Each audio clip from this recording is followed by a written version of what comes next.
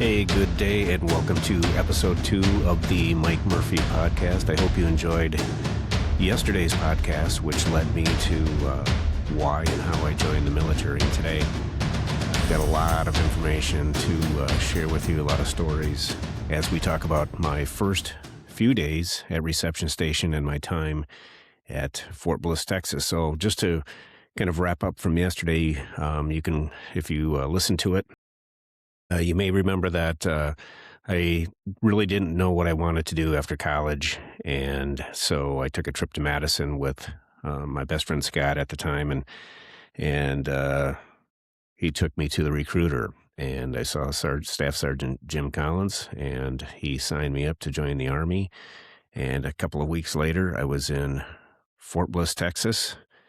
And that's where we're going to start today. I just wanted to also say that, after watching my podcast yesterday, I will try my hardest to avoid saying I remember. And literally, I noticed I said those many times in yesterday's podcast. We'll try to do a better job today. And I'm hopefully going to do a better job with editing. But here we go. Day 1. So I arrived on... it looks like I found my airline ticket. I actually saved the airline ticket from when I flew to Fort Bliss. I flew on 4 January. And so the first day up at 4 o'clock, and I ran into or met the guy that was sleeping in the bunk next to me. His name was Kelly Lowe. And I found out his nickname was Hillbilly, and I'll share his picture with you. And he was from New Mexico, and he looked like a hillbilly. Great guy. He and I kind of connected right away. And he told me that he would, if I had any mail that I wanted to send out, he was kind of in charge of all the guys and their mail and so on and so forth. He got his nickname Hillbilly. I believe he may have had that before coming to Fort Bliss, but Kelly had every tooth in his mouth was rotted. And he told me that was the main reason why he joined the Army was to get his teeth fixed. And they were rotted because Kelly would drink a case of Coca-Cola a day, and his teeth were mangled. I remember him vividly, and there I go again, recall what he looked like vividly, and I have a picture of him that I'll share in this podcast. And Kelly was just a nice guy, very nice guy. Like I said, he and I connected right away. And that he was, I guess, my first friend, and showed me how to make my bunk that morning, and got off and running. I do want to share with you, I did find a photo album with a lot of stuff from basic training, and I just wanted to share that I belong to Bravo 3, 3rd Battalion, 56th Air Defense Artillery at Fort Bliss, and we were the 3rd Platoon, Raging Bulls. And my drill sergeants, their names were Dellenbaugh, Taylor, and Chandler. And I remember Drill Sergeant Dellenbaugh. I have a picture of him, and I'll share that online. Seemed to be the older of the 3 and more quiet, but definitely demanding. Drill Sergeant Taylor was a younger drill sergeant and very thick glasses, and he looked like a bull. He was a mean SOB. And I don't remember a whole lot about Chandler, but the drills that we had, all of them were very intense. But they come later, a little bit later in the story. The first 3 days were what we consider or call reception stations. So again, that first day, I met Kelly Lowe, Hillbilly. I'll refer to him as that. And remember how in the story that Kelly is handling the mail for soldiers wanting to send mail out, because that's going to come up later when I embarrassed myself. So again, he showed me how to make my bed. He kind of got me in tune to what needed to be done. He had been there a few days, and then we were off to breakfast. So I can remember going through breakfast, and as I was walking through the line, there were 3 drill sergeants, and these were reception station drill sergeants. So they weren't as intense, but definitely still demanding of what needed to be done. And these 3 were yelling at soldiers to sidestep through the line. And my chin, as I got my eggs, started quivering. Now, I'm 23 years old, college graduate, and first time away from home, but I was extremely, I guess, sad, depressed, scared, nervous of being at basic training. And as I'm stepping through the line, I can feel my chin quivering, and I was doing everything possible to hold back the tears and not knowing anyone except for Kelly, just meeting him that morning and, being yelled at and not knowing what was coming down the road. So the first 3 days we're at, again, what we call reception station. And that's where they kind of get us acclimated to what's going to happen.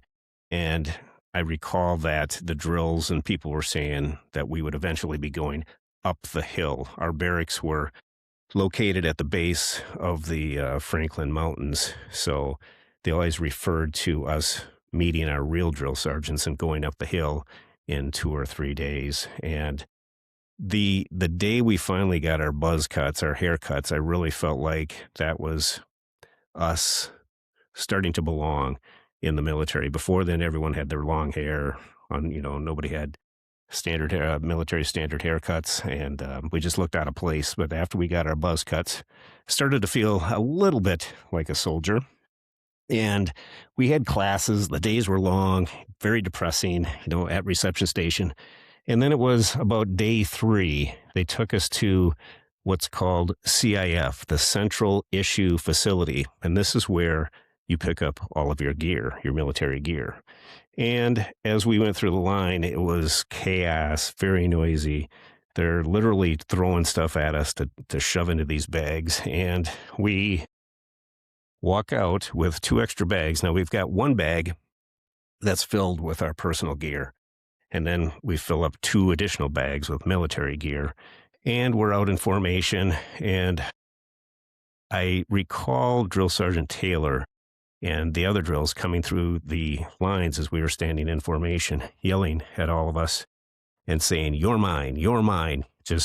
And it was just amazing. They didn't have any paper on them. They just picked out the guys that were theirs, and somehow they knew who was theirs, or maybe they were just guessing or taking turns at, who they were picking for their platoons. But I belonged to 3rd Platoon, and I can remember Drill Sergeant Taylor coming through and telling me that I was his, and the shit was going to hit the fan. So here we are. We've got our bag of personal stuff, like I said, and our 2 bags of military gear, and we start marching. Now, imagine carrying 3 of those large military duffel bags and filled with your stuff. And as you're walking for blocks, block after block after block, I had soldiers behind me that were dropping out of formation. It was very physically demanding. We had a long ways to go to the barracks. We were route stepping, kind of marching the best that we could and carrying these bags. You'd have 1 strapped to your back and 1 in each hand, and the weight was killing your arms, the one on your back killing your shoulders. And I can also remember the drills saying that if you lose any of this equipment, you have to buy it. And I didn't believe that. I'm like, this is issued from the government. If we lose it, they just get something new. But it's true. If you lose it, you buy it. And so we were off walking to the barracks, and we got to our barracks late in the afternoon and still no supper. I'm assuming they finally did feed us at some point. And we were sitting, here's where I made an ass out of myself. So remember, Kelly said he was handling the mail for everyone. Well, we're sitting in the barracks. I'm assuming I was with my platoon, and I was sitting towards the front, middle, and the drill sergeants were up front discussing something. I thought I heard them discussing mail. Now think about this. Do you think after all of the troops that they've handled and gone through basic training, obviously the drill sergeants know the mail process? In my mind, I'm sitting on the floor thinking, hey, these guys don't know that Kelly, my friend that I just met, is handling all of her mail. So I raise my hand. Again, never volunteer, never stand out, never raise your hand. You're told all of these things when you're going off to basic training. But here's Mike Murphy sitting on the ground thinking, I'm going to solve this problem for the drill sergeants. So I raised my hand, and they looked over at me like, what the hell do you want? And they told me to stand up, which I did.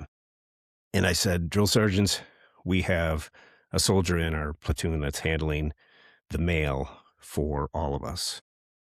And as I ended that sentence, I knew that I had effed up, that they weren't talking about mail at all. And all the drill sergeants did is turn to me and they said, sit the F down, stupid. I felt about this tall. Obviously, they weren't talking about mail. They were discussing something else, but I thought I heard what I heard, raised my hand, and made an absolute ass out of myself. But thankfully, they forgot about that, and we went on with our day. And like I said, we got fed and off to bed, I'm assuming. I don't really recall anything more from that day. But I wanted to tell you about what our typical day was like at Fort Bliss. So each day, we would be up at 3 o'clock in the morning, and the drills told us not, if VIPs ever came through, to tell them that we got up at 4 o'clock.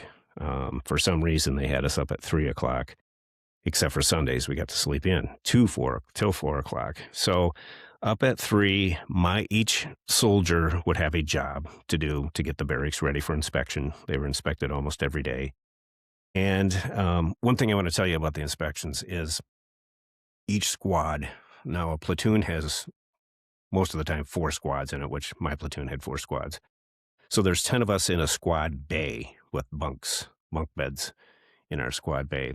And in our barracks, there were these lined pathways where you would walk. We could not walk in those pathed walkways. We would have to jump over them. And there were red lines that basically told you where these walkways were. We would have to baby oil those every day so they would shine. That wasn't my job, but somebody had to do that. And again, we had to jump over those pathways. We couldn't walk in those to get the barracks ready for inspection at any time. We couldn't walk in those. And those lines had to be baby oiled every day. Kind of silly, but I guess they were teaching us discipline. So my job, I was working with Kelly, Hillbilly, and we would go outside. We had the best job. We would wash on the barracks all the windows on the outside. And during the inspections, we would fail every day, not Kelly and me, but the entire platoon. And we would fail, and the drill sergeants would call out the reason why we failed. Well, they really didn't look at the windows, so we had our job, but we were never really blamed for our barracks failing inspection. So that was kind of nice. And he and I were out there. We'd see all the guys complaining and arguing inside as they were getting ready for, the day and getting the barracks inspection ready and trying to get themselves ready. But Kelly and I would be outside washing these windows and kind of taking our time. And after a few weeks, we found out that the drills really don't inspect the windows. So we would wash them, but not the best. And kind of a time for he and I to chill out there. So we were up at 3. We got our jobs done. We'd get dressed. And one thing that I wanted to share with you is my bunkmate. I was on the top bunk. My bunkmate, his name was Jim Litchfield. He was from Arizona. And Jim, once we got everything ready, we were probably done and ready for formation by 4. Our first formation with the drills was at 4:30.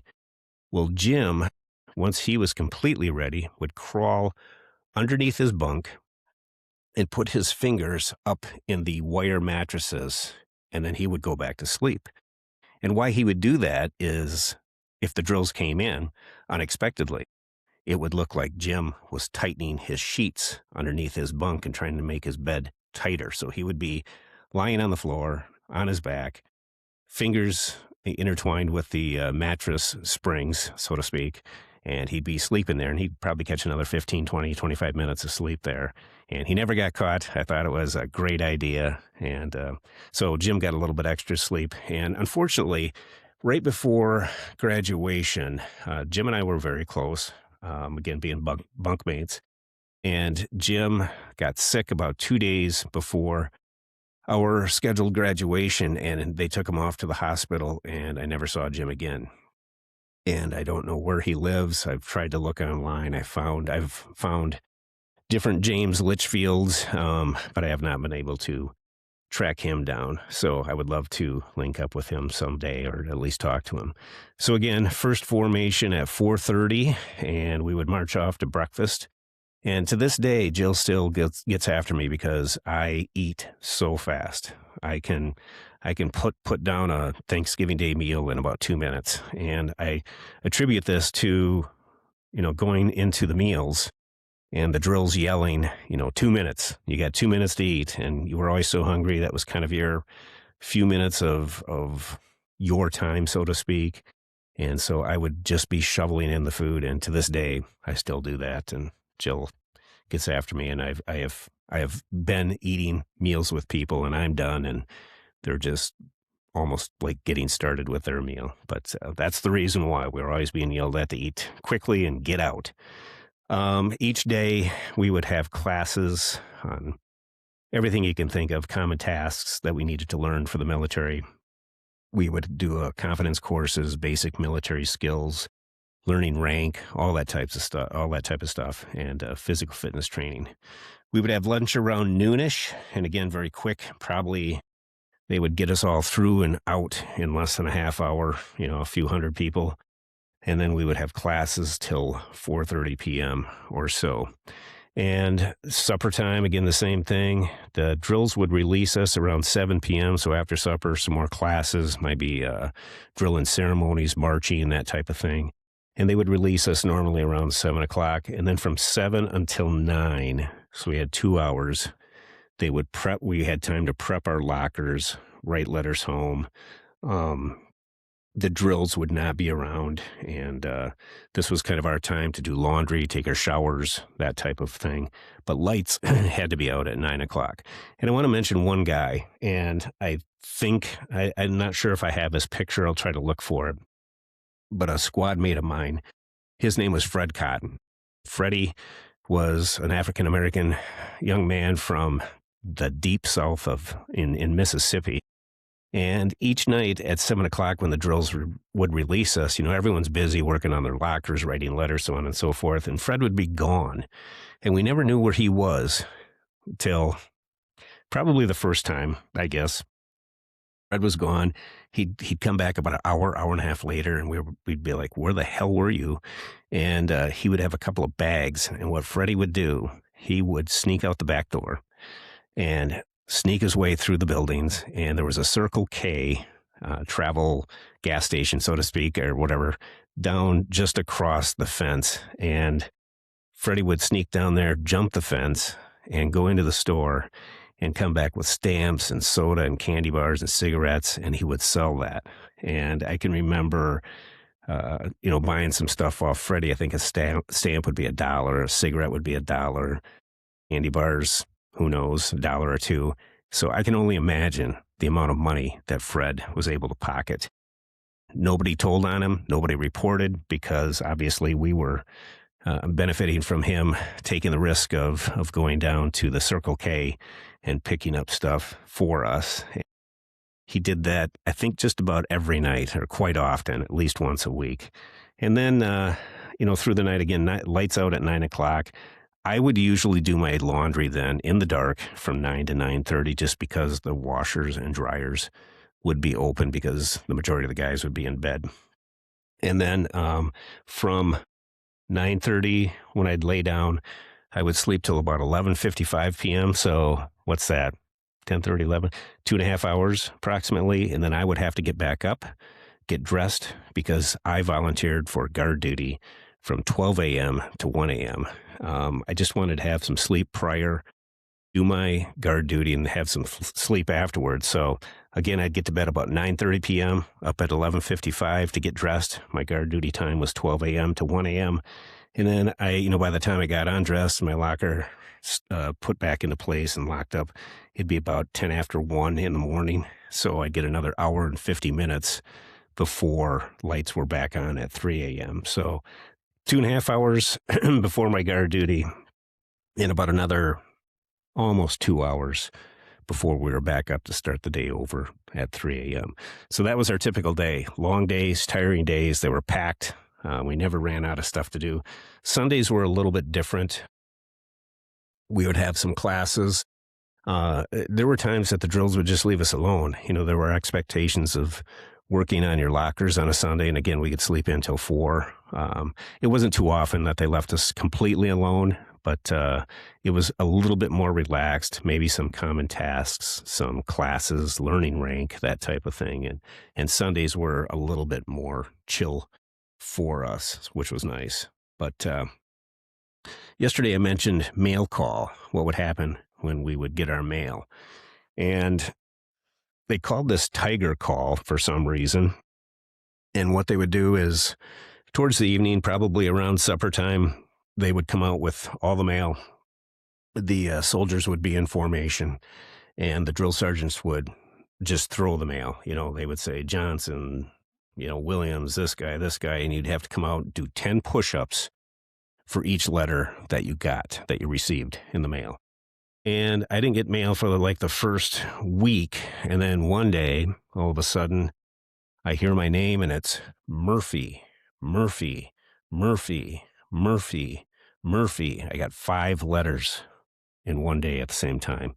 So here I am with the letters thrown on the ground. I'm up there doing 50 push-ups. Now, 50 push-ups for me at the time was unheard of. I couldn't do it. I could later on in my military career, but at that time I was struggled. So I struggled to do my 50 push-ups, and then I believe I was picked on or yelled or had to do extra push-ups because my mother, and I love her to death, would send mail to me in these envelopes, and on the back of the envelopes or on the front, she liked to use stickers.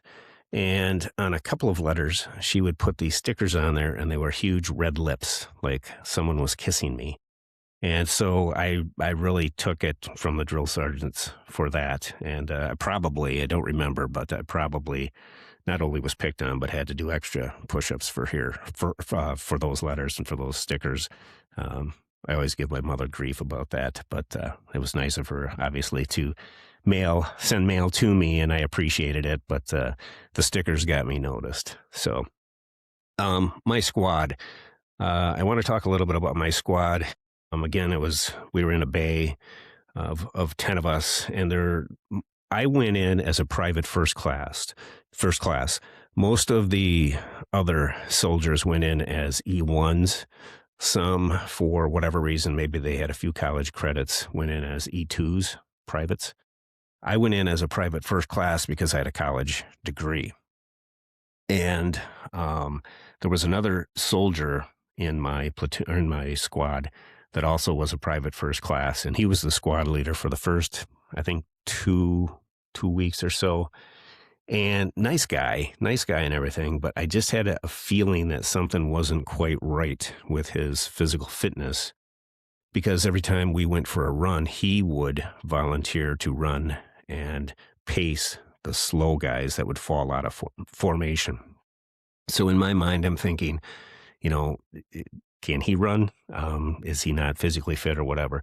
Well, week 2 or week 3 was our first APFT, which is an Army physical fitness test, where you have 2 minutes to do push-ups, 2 minutes to do as many sit-ups as you can, and then you do a 2-mile run. And based on your age, you have a certain amount of time to do that in. Well, he failed. He failed to run.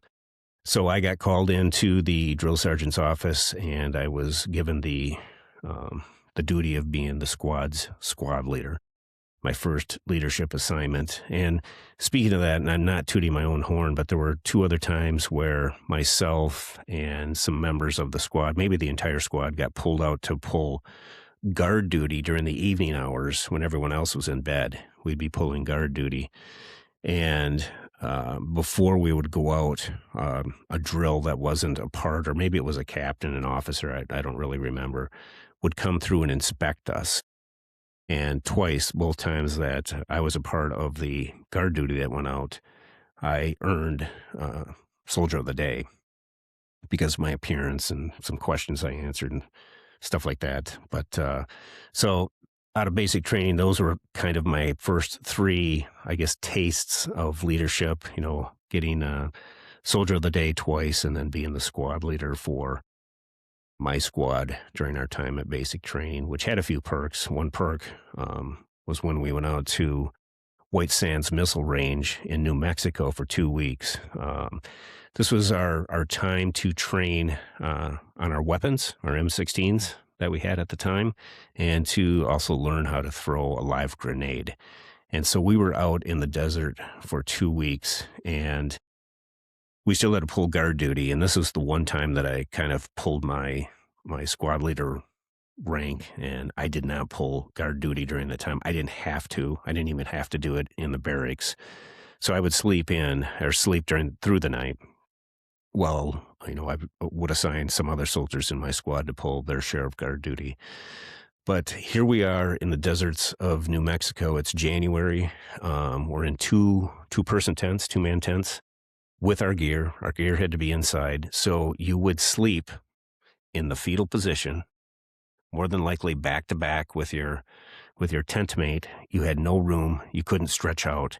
And I would wake up during the night because there'd be so much pain in my hips, from laying on the ground. So when the pain got too much in my right hip, that I would roll over and lay on my left side and fall back asleep until the pain in my left hip would wake me, and then I would roll back over to my right side and go back and forth during the night. So definitely not quality sleep.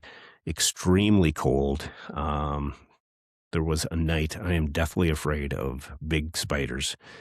And the drills would tell us to pack sand around the bottom of our tents each night and make sure it was packed tightly because the tarantulas and the scorpions want to stay warm.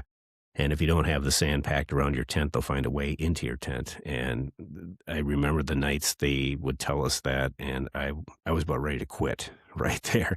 I do not like spiders. I can't imagine what would happen if one would have been in my tent. I don't know. I had a boss at the Pentagon. I'll share this quick story with you. He was deployed. He was with the 82nd Airborne, and he was deployed to Haiti. And he was in his cot one night, sleeping in some godforsaken building or wherever with his peers, his partners, the other soldiers with his unit. And he had a mosquito net over his bunk, to keep the bugs out. Well, when he woke up, it was not quite light, and he told me this story that he could see these black blotches all over this mosquito net, different areas.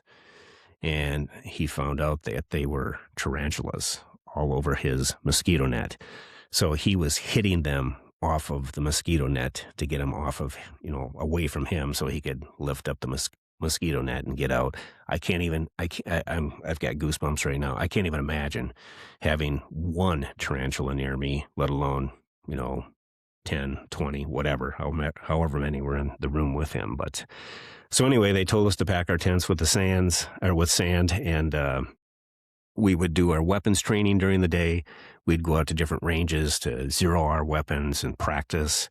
And getting back to how cold it was, I can recall us putting our weapons down and having a guard there, and we'd go inside to eat breakfast. And again, you were inside that building just a few minutes, get through the line, get your breakfast, sit down, eat it. And by the time you get back outside, there was frost on our weapons. It was so cold out there. And at night, again, when I would sleep, I would be inside my sleeping bag. I would have our Army Physical Fitness hooded sweatshirt on and pants, and I would zip that up so the only thing sticking out would be my nose, just so I could breathe. And then I would zip the sleeping bag completely over me to try to keep the hot air from my breath inside the sleeping bag because it was so cold. And luckily for us, I think it was like the third day in, it snowed and the tents were sagging. I can remember getting out, people running past to go use the latrine, and the drills decided to load us back up into the buses that day and take us back to our barracks. So we had one night out of the field, and we were able to sleep on a nice mattress in a warm building and do a little bit of laundry and kind of get a good night's sleep before heading back out to complete the 2 weeks out at White Sands. So again, we were out there, we'd do our weapons training, and I was doing pretty well with everything. Nothing really was scaring me or upsetting me, or I wasn't fearful of failing anything at that time. But then we went out to the actual range for practice. And with my M16, I couldn't hit a damn thing. I just could not hit a damn thing. And so I would do remedial training at night and do the best that I could while the others were on their own time. I'd have to do remedial training, not just me, there were others too. And then the actual day before we did our qualification for record, I went last, and I wanted to be on the far left end. So I knew I just didn't want other targets in other lanes to kind of get me off track of my lane and the targets that I needed to be shooting. So I went one of the last to go, the last iteration. I was on the far left side. I think I was on lane 1, and came time for me to shoot. You had different positions. You had to sit and stand and whatever. And I get done, and I had shot miserably. And as I'm coming off the range, all the soldiers, peers are sitting in the bleachers, and the drill sergeant, I think it was Drill Sergeant Taylor, had been standing behind me, kind of coaching, and he just yelled out, "That was a waste of time." He just yelled at the top of his lungs, "Well, that was a waste of time," because I hadn't hit many targets, and it made me feel so small. But I was extremely scared. I wore a rosary around my neck. I thought that I wouldn't qualify, and just very nerve-wracking time for me. But the day came that we were going to qualify. And again, very nervous, prayed the heck out of, when I'd go to bed and get up, and I was just so nervous about this qualification. And we went out to shoot, and I shot, and I qualified, and I was on top of the world. And those that qualified got to go to the gut truck. The gut truck was like a food truck that would come out with candy bars, sodas, snacks, sandwiches, and all this crap that you probably shouldn't have been eating. And the drills let those that qualified actually go to the gut truck and buy something off the truck. And as I was making my purchase, I could see 2 or 3 buses filled with soldiers that had not qualified, that were being driven somewhere to do remedial training. And I was so thrilled, so happy that I had qualified, and I had felt so low the day and the week prior, and here I am now, one of the probably less than half that qualified, and the other half were taken off in buses to do, again, remedial training. After that, we were taken to a different area of White Sands and learned how to throw, handle, take the pin out of, and, toss down range a hand grenade. We had a lot of practice with that, and then we had to qualify by throwing one live hand grenade, and a drill would be right with you, and right after you tossed it, they would tackle you to the ground just to make sure you were safe. So we did those 2 things out in the field, the weapons training and the hand grenade training, and that's basically our time out at White Sands, and I was never so happy to be done with that time. Like I said, the first few days, acclimating to the temperatures and so cold and miserable sleeping conditions, and the spiders potentially coming into your tent, and the scorpions and so on and so forth. But thankfully, nothing like that happened, and we were back in the barracks. Once we were back in the barracks, again, just basic training was 8 or 9 weeks.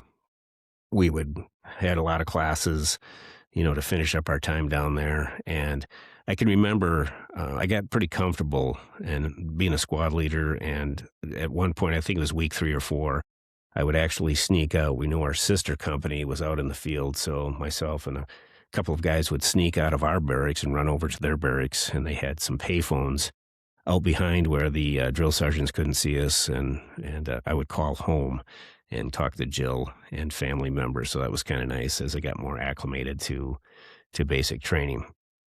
Towards the end, Jill was coming down to El Paso. She actually took an Amtrak and came down to graduation. And she stayed at a place, and I'll post a picture of this so you can see it. It was called the Missile Inn. I don't think it's there anymore, but it was a dump. And of course, we didn't have much money back then.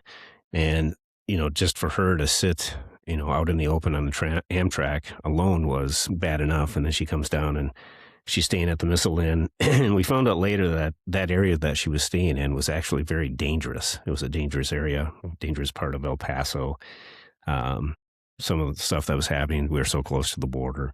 But she made it through, and she went to graduation looking absolutely beautiful. Let me back up a little bit. When she arrived the next night, we had a family night, and we were all in formation, and our family members were waiting for us off to, I guess it'd be my right-hand side. And the drill sergeants gave us some guidance, and then they released us, and we were able to spend some time with our family. And we were supposed to have like 3 hours, and probably less than an hour into it, we heard the whistle blow or the drill yelling, and we all had to get back in formation. Apparently, some soldier in our company had put on a Walkman, listening to music or whatever. And that was a no-no. And we thought we were going to get our asses chewed, and then they would release us back to our families, and that didn't happen. They dismissed us back to our barracks. I couldn't believe that we had such a short time with family. I felt bad because Jill had traveled all this way. And so as we're walking back to the barracks, we just kind of look back, and you can see the family members turning and going off to their vehicles or going back to wherever they had to go. And so we had very little family time with our loved ones. The next day of graduation, I can remember we crossed Dyer Avenue, and I'll post a picture of that for graduation. And we came across, and I can remember seeing Jill. She was wearing a red skirt and I think a white top, and she looked absolutely gorgeous, and I was so happy that she was down there. And after graduation, we were able to spend the afternoon together. I think we took a taxi back to the Missile Inn, and we got some dinner. And on the marquee outside of this, it had welcome and our 3rd Battalion, whatever, that I rattled off at the beginning of this podcast. So, and we were told by the waitress that they would surprise us, the drill sergeants would surprise us and actually have a party for us, in their ballroom at the Missile Inn later on. So very happy that I was going to get to see Jill again that night. So I stayed with her for the afternoon, went back, and I told a couple of guys, probably shouldn't have done that, but I told a couple of guys what I'd learned, and nothing happened. They had formation, took accountability. The drill sergeants dismissed us to go to our barracks, and we thought, well, at any minute, they're going to come in, surprise everyone, tell us to get back in formation, get dressed, and we'll head out on buses down to the Missile Inn. And that never happened. And so the handful of guys that I told, were all kind of upset and surprised, and went back to bed. I think I was able to find a phone and did call Jill and said, hey, well, I guess we're not coming. So that was disappointing. The next day, we got up, and the majority of the guys were air defense artillery, so they were staying right at Fort Bliss. They were boarding buses to stay there. And there were a few of us that weren't air defense, and so we were given our airline tickets after our briefing, loaded onto a bus, and then taken to the airport. And the other embarrassing thing that I did at basic training, when I was boarding the bus, the drill sergeant, Taylor, was standing there, again, the guy with the thick glasses and probably the meanest of the three. And I turned to him and I said, thank you, drill sergeant. I thought he'd give me a pat on the back and say, it was good having you here, Mike. Well, he didn't say a word, and he gave me a look like, shut the hell up. And so I got on the bus and was taken to the airport. And again, not being able to talk to Jill, I was worried, she wouldn't know where I was. I couldn't tell her that I was leaving, heading to the airport, so on and so forth. But when I got out there, very small airport, when I got out there, I made a call back to the restaurant that was hooked to the Missile Inn.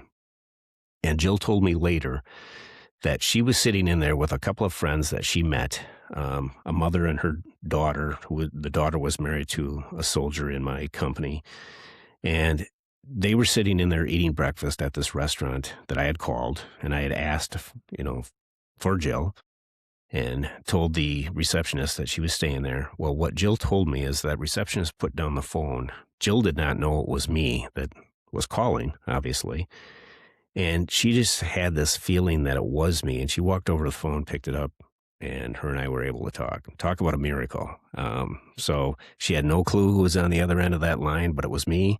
And so we spoke, and her and the mother and the daughter, they all got a taxi or away and came out to the airport, and we were able to spend some time at the airport, probably a couple of hours at the airport before we took off. So it was nice to see her kind of, say our goodbyes again. And Jill had one more night in El Paso. And again, looking back, knowing that she was staying in that area at the Missile Inn, by herself, very attractive young lady. And I'm thinking, my God, we were so fortunate that nothing happened while she was there. But I'll post a picture again, like I said, of that hotel. And I'm just glad she made it home safely. She came home the next day via the Amtrak again. So again, that afternoon I took off on a flight to Atlanta, and I was on my way to Fort Rucker, Alabama, and I fell asleep on the plane for a little bit. And when I woke up, I could hear some commotion, and I looked behind me. We were in our Class A uniforms, our dress uniforms, and I looked behind me, and there were two soldiers that were in my company. I didn't really know them; they weren't in my platoon, but they must have started drinking as soon as they got on the plane. And when I looked back, they both were throwing up all over the place. They had too much to drink. So again, making fools of themselves and the United States Army at the time. But, what do you do? So here I am. I land in Atlanta, and then I hop on a prop plane and head to Fort Rucker. And we'll get into that in the next episode. But I just wanted to share my experiences with all of you from basic training. And a couple of times I made an ass of myself, and what a typical day was like, and spending time out at White Sands and New Mexico and the things we had to do. Basic training is something that I look back on and so glad that I did it. Never would want to do it again.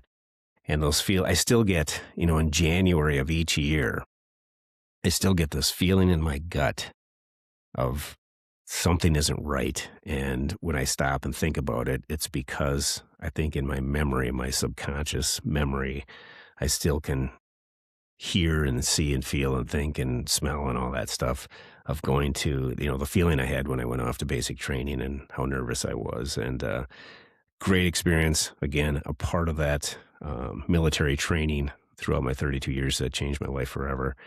And it proved to me that, if you put your mind to something, you can do it. But again, something I would not want to do. In my binder here, I've got a binder, and I was so happy that I wrote down, I've got a couple of pictures of our platoon, and I'll post one of those. And I was so happy that I wrote down the names of every person in my platoon and the state they were from. I've found a couple. I actually spoke to our platoon leader. He was still one of our peers, but he's living in Illinois. Kelly Hillbilly has been a sheriff for many years, and I found him on YouTube, and I think he's still living in Missouri, New Mexico, somewhere down in that area, and was a sheriff for many, many years. And I've reached out to him, but the phone numbers weren't up to date, so I'd still like to find him. Jim Litchford, my bunkmate, again, have no clue where he's at, but I'll share some of these pictures with you. I've got a homemade calendar that I'll share with you, and I really appreciate everyone tuning in. I hope you enjoy what I'm doing here. Again, I wanted to do this for my family, and I thought, heck, why not post it on my YouTube channel? And if anyone wants to hear my military story, they can tune in and listen to it.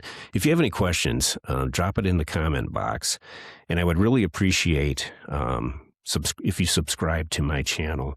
I've got a number of subscribers so far, and if you would subscribe and hit the bell and like, you could be notified every time I post one of these, and I really would appreciate that. So if you would subscribe, that'd be great.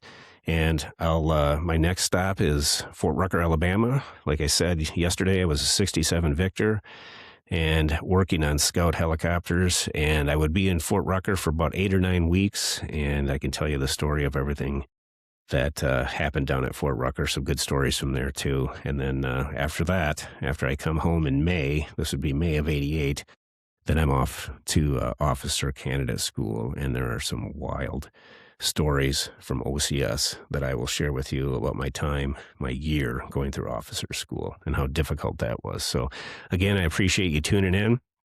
This one went a little bit longer, but I had a lot of stories that I wanted to share with you about basic training. Hopefully you got a good picture of what it was like for me And like I said, I'll post some pictures on so you can see some of the guys and some of the things where Jill stayed and so on and so forth. So again, thank you, and hope you continue to tune in. Please subscribe, like I said, to my channel, and I'll keep posting about my time in the military. So thanks again, and have a great day.